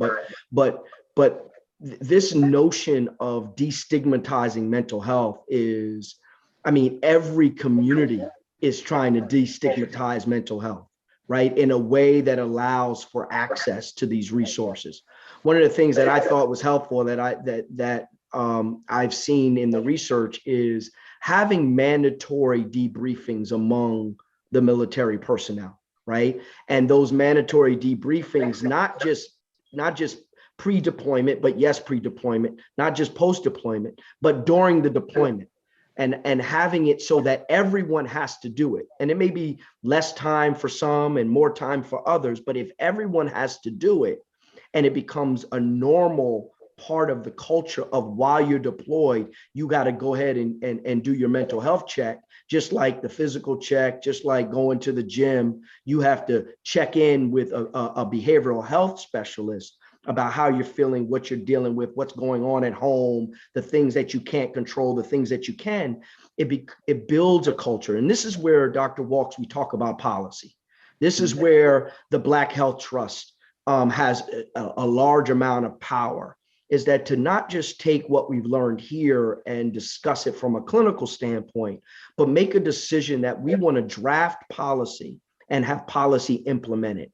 And a mandatory mental health support for our serving military, whether they serve actively or they don't serve actively, I think is a great use of a policy decision. Dr. Bailey, I'm sorry to keep interrupting you, sir, please. No, you're on top of your game. It's all good. We're gonna go right to Mallory Williams. Mallory Williams actually 2 chapters in his book, very timely. But the last chapter is the hot one on SARS-2, COVID-19. Dr. Williams, very happy to have you, and you're up. Thank you so much. It's always a pleasure to be here with the Black Health Trust. It's also a pleasure to be invited by a leader, Dr. Bailey, and to write the 2 chapters in the book that I was able to contribute. I would like the slides, please. I want to talk a little bit about IPV and COVID-19, and I want to deal with this issue as a pandemic within a pandemic. We've dealt with a lot of things already, so when we have dealt with that, I'll quickly move past those things or embellish them just a little. Next slide. Fundamentally, we've got to come to grips with this term polypandemic. For African Americans and Black people, this is not just one issue of a virus and then the correlated viral illnesses that spring forth. We've got health pandemics that are going on. We've got economic pandemics that are going on. And if we're going to talk about, as I am today, the intimate partner violence issue, we certainly have to understand how all of these pandemics that are occurring or feeding into and playing into the IPV portion that we're going to focus on today. But for us, this is really not a pandemic. This is multiple pandemics operating at one time. Next slide. And so I always like to begin this conversation with what has already been said by different panelists, is that when you look at Black women and their victimization in this issue, they are killed by men at higher rates than any other ethnic group.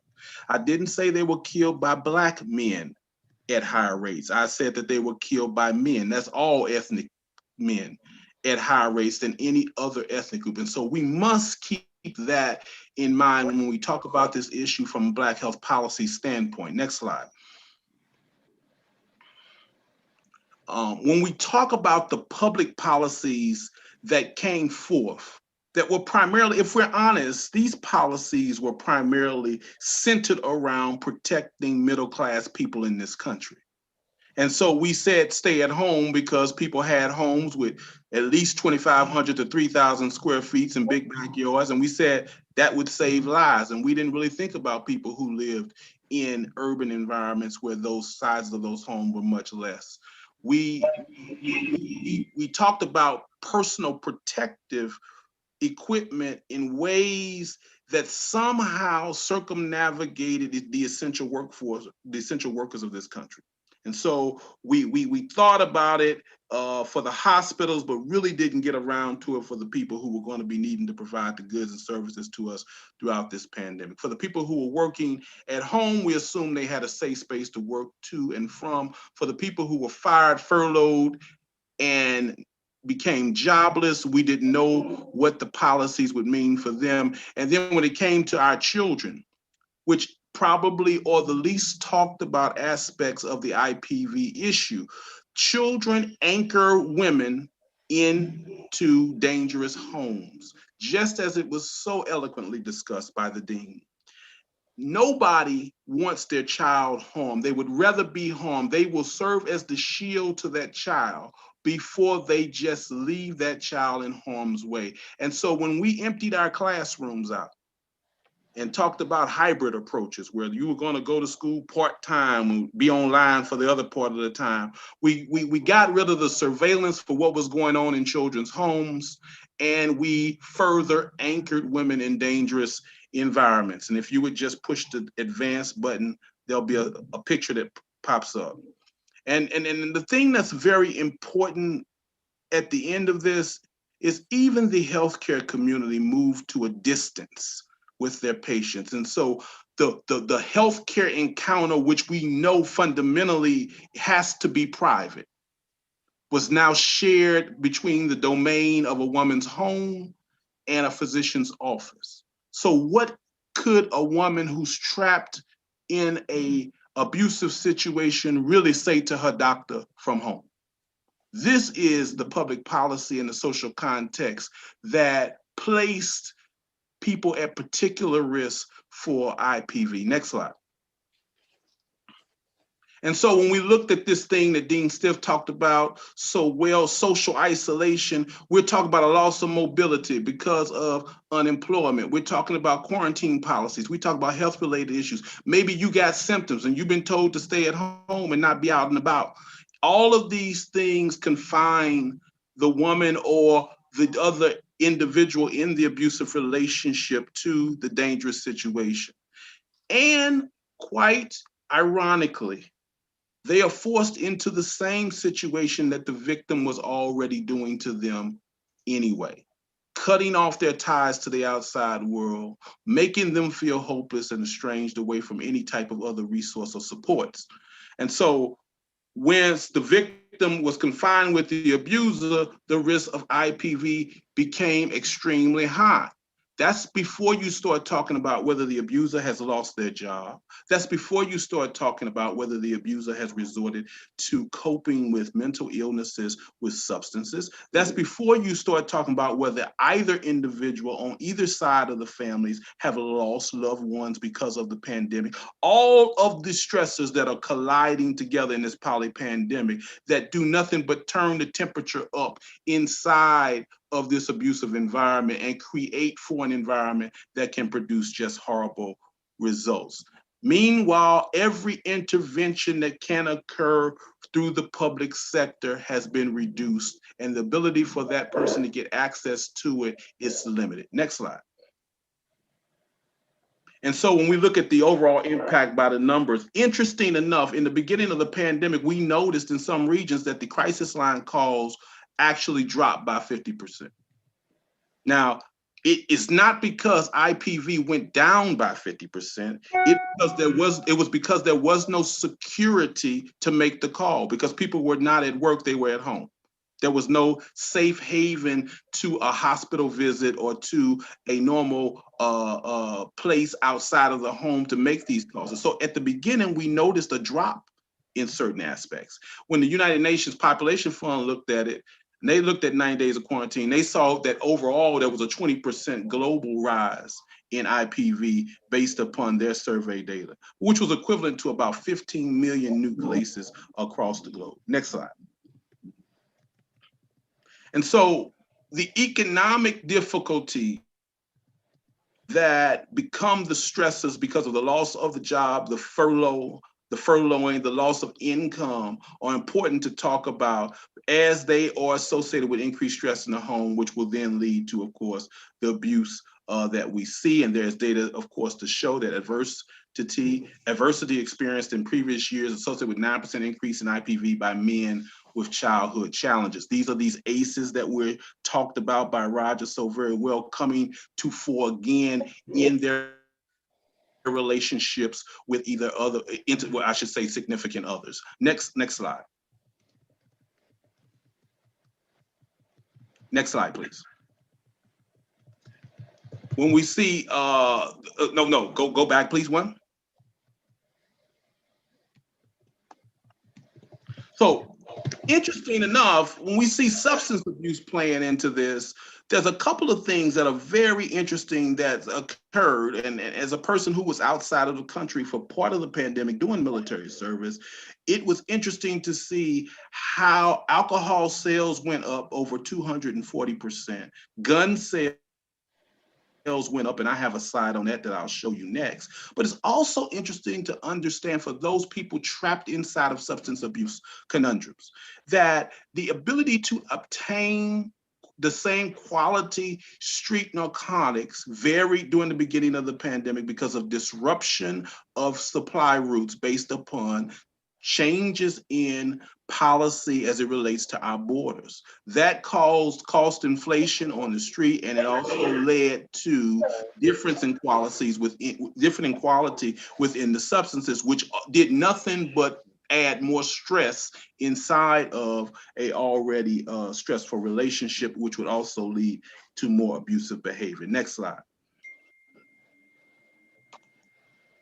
So when you see this chart, you see that every time we have a mass shooting, gun sales go up because of the fear that there will be some type of gun legislation. I think Dr. Ron Bailey did a great job in reviewing these types of issues. But one of the things that's very interesting, in the beginning of the pandemic, long before the public unrest over George Floyd's death, which occurred May 25th, 2020, you saw a skyrocketing spike in firearm sales, okay, way before we had social unrest in this country over policing policies.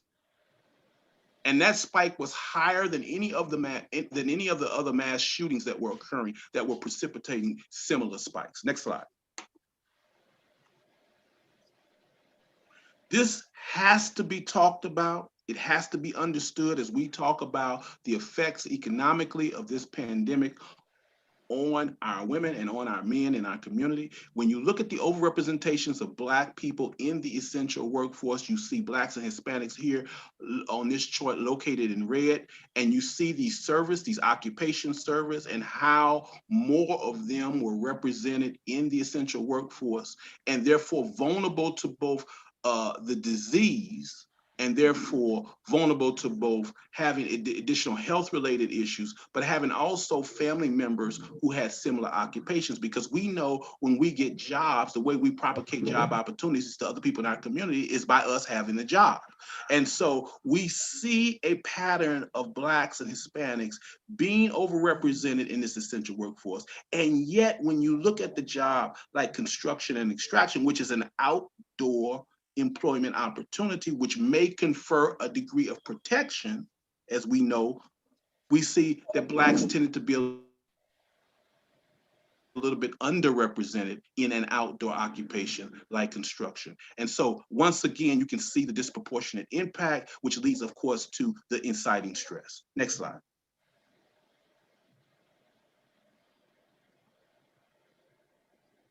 So the lack of accessibility to the normal public resources cannot be understated. You know, as a trauma surgeon, I have come to grips with the fact that I'm a pediatrician that operates, and I need social supports to help my patients transition back to their home and discharge environments.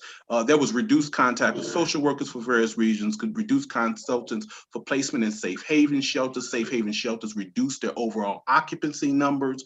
All of these things led to discharging women with IPV back into dangerous situations, and there's no doubt about that.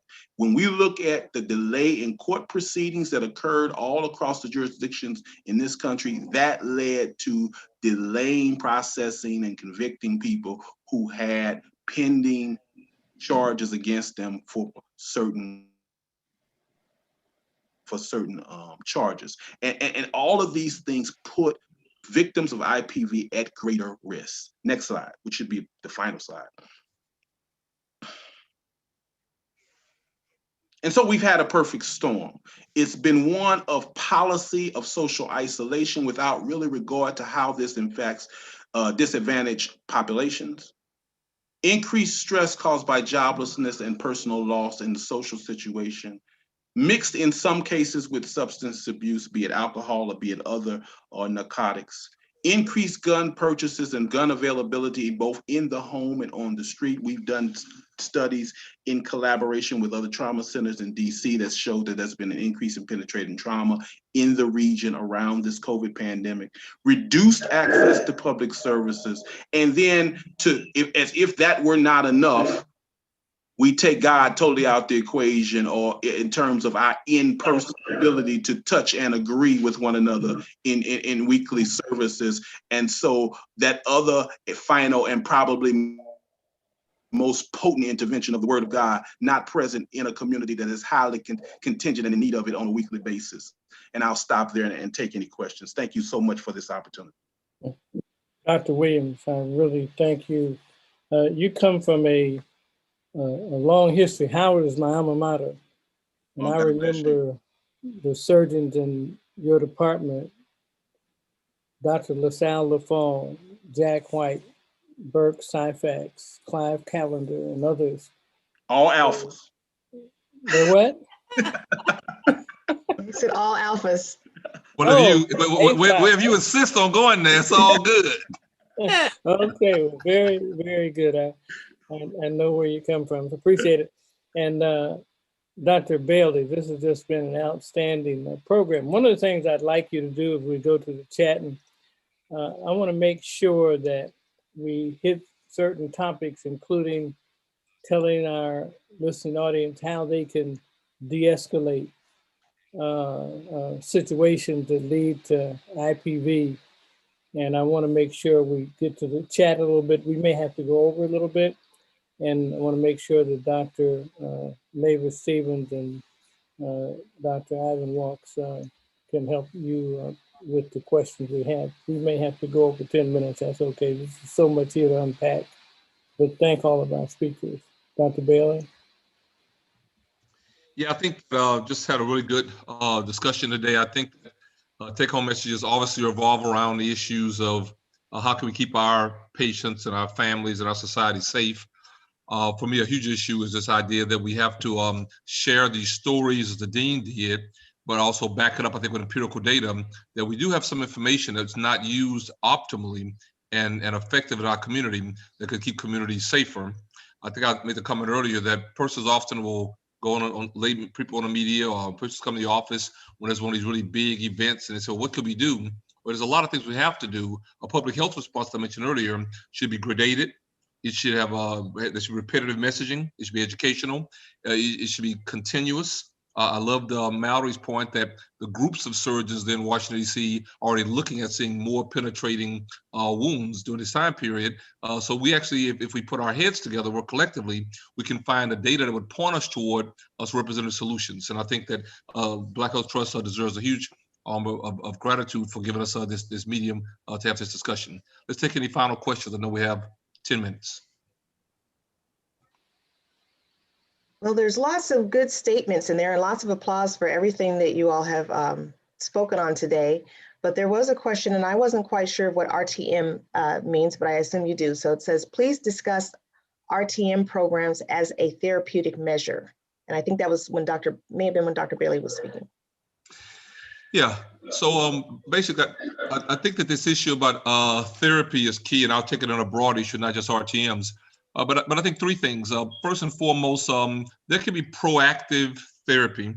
I think that we should be mindful that some individuals are going to be at a higher risk. I love Mallory's points that, and was Mallory Roger, that we should have predicted if you're going to have a person's in-home school, if you will, maybe the same problems that happen when families are around each other will going to be exacerbated. Persons who don't get along very well fight when there's too much time period going on, and you throw on the secret sauce of the man may be home without a job, without income, and the families that are around him all of the time. Just a volatile combination. I think another issue in addition to preventative strategies is we have to move resources to the right place. I think very often it has always hurt my heart as a forensic psychiatrist that resources show up when society thinks that it's time for what I call DOC, Department of Correction, more jails and more prison and more law enforcement. We militarize the law enforcement, blah, blah, blah. But all of our data argues that wraparound services that help people, human resources do help and they do matter. And our community particularly to be mindful of that, and we should be adamant about it. Somebody else in the chat commented about maybe Michelle Clark, a friend of mine from Northern California. Maybe it's this issue that we should actually push politicians to create policies and laws that benefit our community. Probably an old story, but it probably I think goes without saying there's some utility of value I think in that as well. And finally, I'll just kind of end with those anecdotes the dean gave, really heart touching and what have you, but we all tend to have them. We should be mindful that persons who come into your office who don't tell you that story, that may be their reality as well. They may have the same story. And it's our job, I think, to create a medium or a bridge of conversation to give some opportunity, I think, for that level of exchange, which may then get you to a point where you can actually give some solutions going forward. My 3 thoughts. So Dr. Bailey, and I do want to make sure that we unmute Dr. Mitchell, who has a comment. I want to talk about us for a minute. Can you make some comments on self-care? It is really hard, and maybe it's just me. It is really hard to listen to all the stories that we listen to every day. And I know that I will get up at lunchtime and take a walk down the street to kind of clear my head. What about self-care for those of us who are listening and trying to help? Again, briefly, it goes without saying, I think Dr. Walks is 100% right. We should, I think, take a moment to do a self-inventory of kind of where we are. Is it harder? I'll share a personal comment. I'm 56 years old. I've had high blood pressure for 20 years, but I've never seen a 170 on a screen in front of me. My nurses were so nervous one day, they wanted to send each other to the ER. And nothing is different in my life other than this business. This pandemic, this the fear to take care of our patients, the struggle we laid people off of my hospital the other day. Everything else in my life is the same. This issue has affected me personally in a way, asymptomatic, of course, but you look at your blood pressure and you realize something is changing. I'm not even really appreciating it. That's my personal story. Others may have some similar considerations. So that we should be more engaged in a proactive stance. We should exercise by definition. We should take our blood pressure medicines by definition. We should eat better. We should be mindful that it's probably wearing on us more than we appreciate. That's true for all of us as clinicians, and I think all of our families and our society members as well. Dr. Mitchell. Is there another question? Yes. So I just wanted to just piggyback on Dr. Bailey. And again, it's just such a pleasure to be here. You can't pour from an empty cup. And what is critically important is you not only have to know that you're empty, but you have to have a source for what rejuvenates you. And so, you know, as a minister, I know what my source and strength comes from, and a family. My family is that strength, but you have to have that. And we know that as physicians, we have a higher substance use and abuse issue amongst physicians. So some of you, I can't see the cognac that you have sitting off screen right now on a Sunday afternoon, right? And so we self-medicate in that space. And so being able to name that self-care, thank you, Dr. Walks, is very extremely important. That goes to culture. The last thing I will say about culture is that we as Black people particularly have been brought up in a culture of toxic masculinity. And a lot of the times our masculinity has been connected to how we objectify women.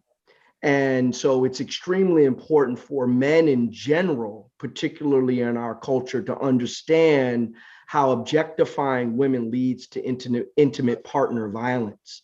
And we need to check our own culture of that type of behavior if we're going to be able to mitigate that behavior. And I know that's a sensitive subject because a lot of us, you know, we want to say, hey, this, and hey, you look good, and, you know, and we think we're complimenting, but really we're engaging in behavior that is still and now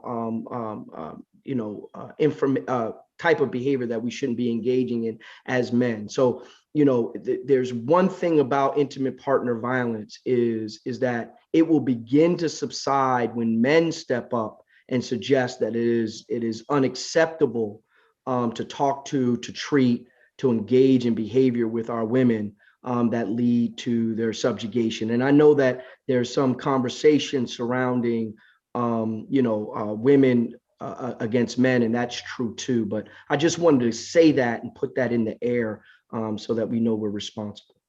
Well, thank you. I want to put a question to you, Dr. Mitchell, as well. I was very interested in that study you did on PTSD. And I'd like you to, is there such a study on law enforcement? I know you mentioned that many military go to law enforcement, but is there a study on law enforcement? Can you unmute Dr. Mitchell? Oh, yeah, I muted him and it keeps defaulting back. No, I Okay. have a tendency to, when I'm done talking, I go on mute and then I can't come back off mute. So Oh, good. It's you, because I it's you, got not kids, me. I got kids with video games upstairs. So, there is work. There's extensive work surrounding PTSD in law enforcement. There's extensive work. When I was a medical student, I did some work on law enforcement stress management, where we actually set up bays of phones that they, right after every shift, they picked up the phone and there was a behavioral health specialist on the other end of that line. And they engaged in a debriefing session with that behavioral specialist and then put down the phone. We saw a decrease in IPV. We saw a decrease in altercations with citizens, because we know that the stress that law enforcement feels removes some of their protective factors towards bias. So if they're racist and believe that Black people are objects, you layer on the stress of their job, and they have no filters to be able to deal with their own bias. So there's not much we can do about structural racism, but that takes over time. But what we can do is give them the tools to be able to recognize their bias and then deal with their stress. So there are several articles surrounding PTSD in law enforcement and how it's important to mitigate as part of their day-to-day work. Well, thank you. I'm going to ask if we can maybe add 5 or 10 minutes to our program, but I want to introduce a gentleman that's been working with us. He's the former president of the Executive Leadership Council, and I'd like him just to make a brief statement, Mr. Carl Brooks. Dr. Maxey, I'm going to sign off. I have a 2:00 meeting that I'm hosting on Zoom, but thank you so much for this. What a powerful afternoon. And thank you to the other presenters. This was Thank you. Very, very important. Thank you. We appreciate you. Enjoy your day. Thank you very much. Is Mr. Brooks on? He needs to unmute. Yes. Can we unmute Carl Brooks, please? On the way. I think it's on his end now. Carl, can you unmute? There we go. I'm sitting here and my head is ready to bust. There's so much good information and so much going on with this organization that my head is ready to bust. I stepped away from leadership with the Black Health Trust about a month and a half ago because of some family issues. My 96-year-old mother and my family members were going through the COVID and doing stuff, and I wasn't doing a good job of balancing it. And so I had to learn that I need to do both things at the same time. Randall Maxey is like a brother to me and been an advisor for a lot of years with the Executive Leadership Council. And I listened to the program and my head is ready to bust with so much good information from such talented people. And we used to brag about the Executive Leadership Council being the baddest brothers and sisters on the planet. This Black Health Trust is the baddest brothers and sisters on the planet. This is outstanding. And we got to make sure that we provide the financial support that ensures that these programs continue beyond the COVID We got to build a solid foundation background so that we can do a high class, continue to do the things that we're doing after the COVID is over. Don't stop because we fixed that. Keep going and giving the information that our community needs with that information. So I'm committing with Randall that we do the things that we need to do. I got access to the corporations and I can get information. We got to support what you guys are doing because my head is ready to bust with excitement, listening to these bad brothers and sisters discuss things that we don't talk about. We don't even talk about these kind of issues in even intimate settings. We don't talk about them, and having this access is just a jewel to our organization. So Randall and I have already started by having some discussions with some magazines, Heart and Souls and others, and we're going to talk about that later. I'm working with several corporations that are looking to fund Black Health Trust in a big way. I'll keep Randall up to speed on that, but I thought I was going away. I ain't going nowhere. I'm gonna stay here to do the things that we got going on. This is necessary for our community. Individually, we got to donate and make sure we throw dollars toward it, but we need corporate support to give us the kind of money that we need to maintain a world-class Black educational process, which this is. This is, like I said, it's blowing my mind. I'm gonna get ready to sit down and go to sleep a little bit because this thing is blowing my mind. The program is outstanding and it's going to the next level. So we got to find a way to do that. I commit to Randall and to the rest of the brothers and sisters that we're gonna make this happen in a big way. Thank you so much, Carl. Dr. Barbara, Dr. Walks, are there any other questions for Dr. Bailey and his team? There was one that, where is it? Are you referring to the faith-based communities question? Yes. That Do you would be want- the one. Okay, do you want me to read that or would you like to? I found it. What Okay. can faith communities do to address family conflict, family stress, and IPV? Is it so not often mentioned in the context of the Black church? Oh, we could talk about this for another hour, but who would like to comment on? Be happy to just chime in with a few things. There is an app on cell phones, and most of our communities, Black and Brown, Hispanic and Black, have access to cell technology. It's a great app. And what it does is it allows a woman or a victim of domestic violence to seek help via the app on the cell phone. But if someone comes and approaches you to see what's on your phone, the screen will go blank when you change the position of the phone, or it will change to something that looks very innocent. So it won't reveal itself for what it actually is. And so that app is something that we can be distributing throughout people's through active ministries, which are really dealing with what's going on in terms of our family structures, in terms of what's going on, and particularly at times of heightened stress, so that we are able to give our individuals, our faith members, tools. Let me just add to that. The church I attend has a health ministry, several physicians who are part of that health ministry.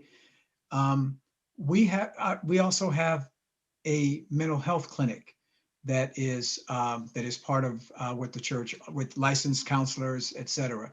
I think we have to take our talents to the places where our people are. There's an old story. They asked somebody, well, why do you rob banks? He said, that's where the money is.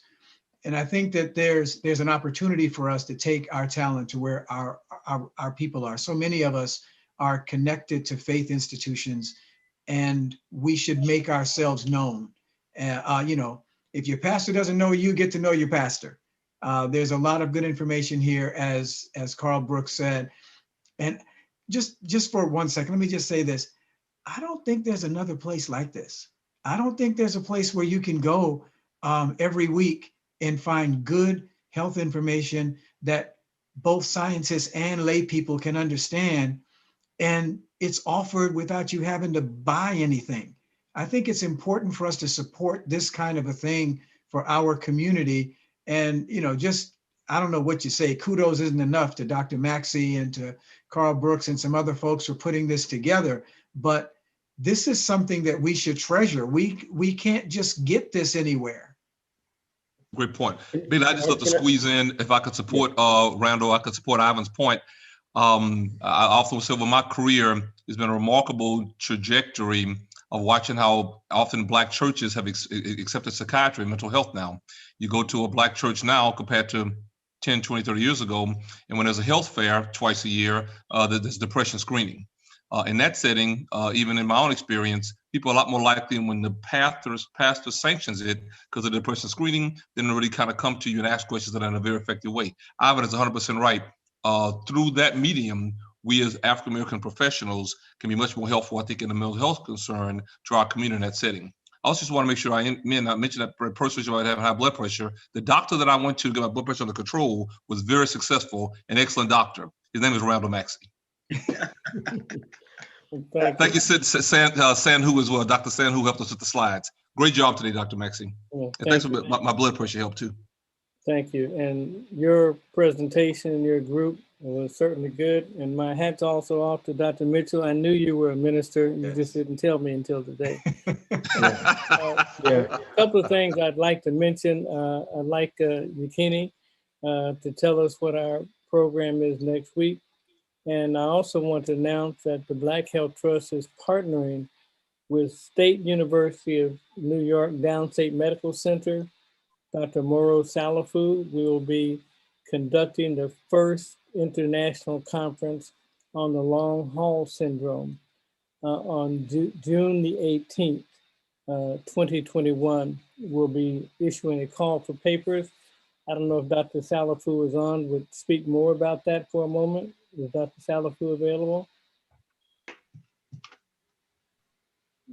If not, Yekini, would you tell us our next week's program? And while Yakini's addressing that, Dr. Williams, can you share with us the name of the app that you mentioned that would give privacy to the person who's seeking help for domestic violence?